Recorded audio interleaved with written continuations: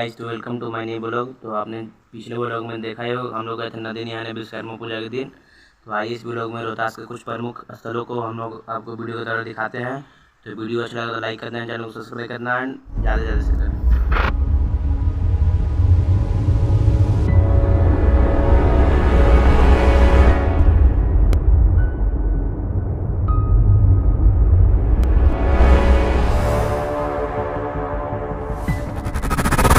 शेरशाह सूरी के मकबरा के बारे में आपने ज़रूर सुना होगा, जो कि हमारे रोहतास ज़िले में स्थित है। मकबरा बिहार के एक पठान सम्राट शेरशाह सूरी की याद में बनाया गया था, जिसने मुगल सम्राट को हराया और उत्तरी भारत में सूरी साम्राज्य की स्थापना की।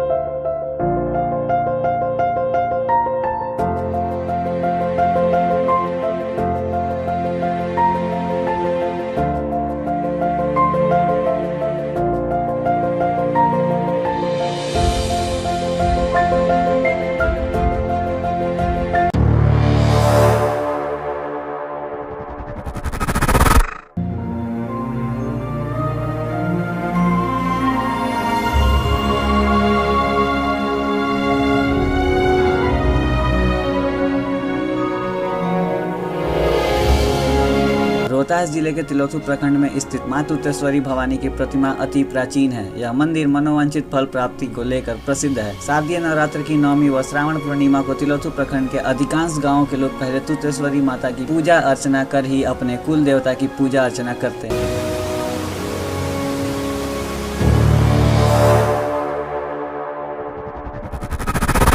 कशिश जलप्रपात भारतीय राज्य बिहार के रोहतास जिले के अमझोर में स्थित एक झरना है, जिसे कशिश के नाम से जाना जाता है। यह बिहार का सबसे ऊंचा झरना है। लगभग 850 फीट ऊपर से पानी गिरता है। यह स्थान चारों ओर से हरियाली से घिरा हुआ है। इसके घने जंगल से पहाड़ों का नज़ारा अतिरमणीय है। यह रोहतास जिला के सबसे प्रसिद्ध पर्यटक स्थलों में से एक है। बरसात के मौसम में खिल जाती है परिसर की खूबसूरती पानी गिरने की ऊंचाई के शानदार दृश्य को देखने के लिए दूर दूर से आते हैं।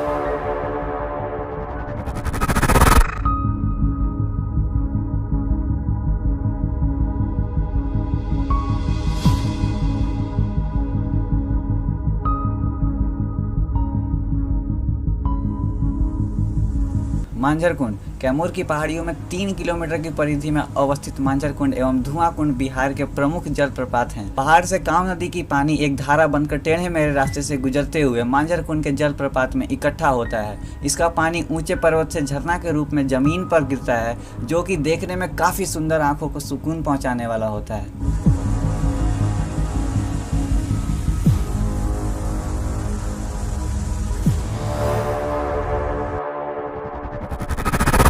धुआं कुंड मांझर कुंड से कुछ दूरी पर 36.5 मीटर की ऊंचाई से गहरी घाटी में गिरने वाला एक जलप्रपात है, जिसका नाम धुआं कुंड है। इसका नाम धुआं कुंड इसलिए पड़ा क्योंकि इतनी ऊंचाई से पानी गिरने के बाद चारों तरफ धुंध ही धुंध उठता है। इस जलप्रपात का आनंद लेने के लिए रोहतास से ही नहीं बल्कि कैमूर, औरंगाबाद, भोजपुर और पटना के साथ साथ देश के अन्य राज्यों से भी पर्यटक यहाँ पहुँचते।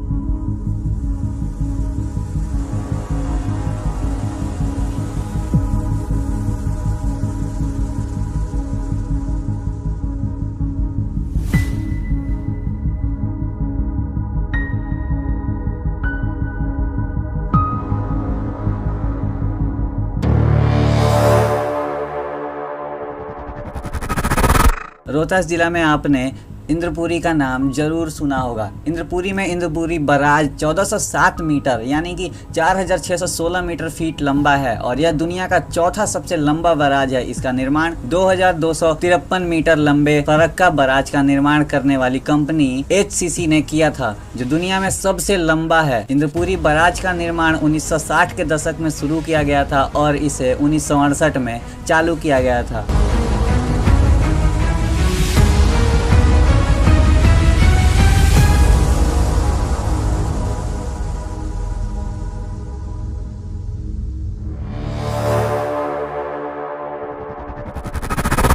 51 शक्तिपीठों में से एक मां ताराचंडी मंदिर सासाराम से महज 5 किलोमीटर की दूरी पर कैमूर पहाड़ी की गुफा में स्थित है। मनमोहक प्राकृतिक दृश्यों से भरपूर इस मंदिर के पास पहाड़, झरने व अन्य जल स्रोत हैं। इस पीठ के बारे में किंवदंती की सती के 3 नेत्रों में से श्री विष्णु के चक्र से खंडित होकर दायां नेत्र यहीं पर गिरा था, जो तारा शक्ति पीठ के नाम से विख्यात हुआ। मंदिर की प्राचीनता के बारे में कोई ठोस साक्ष्य लिखित रूप से नहीं है, लेकिन मंदिर में स्थित शिलालेख से यह स्पष्ट होता है कि 11वीं सदी में भी यह देश के ख्यात शक्ति स्थलों में से एक था।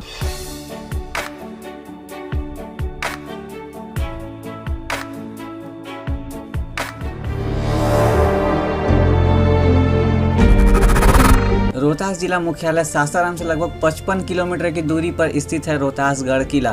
कहा जाता है कि सोन नदी के बहाव वाली दिशा में पहाड़ी पर स्थित इस प्राचीन और मजबूत किले का निर्माण त्रेता युग में अयोध्या के सूर्यवंशी राजा त्रिशंकु के पौत्र व राजा सत्य हरिश्चंद्र के पुत्र रोहितास ने कराया था। रोहतासगढ़ किला काफी भव्य है। किले का घेरा 28 मील तक फैला हुआ है। बहुत दिनों तक यह हिंदू राजाओं के अधिकार में रहा, लेकिन 16वीं सदी में मुसलमानों के अधिकार में चला गया और अनेक वर्षों तक उनके अधीन रहा।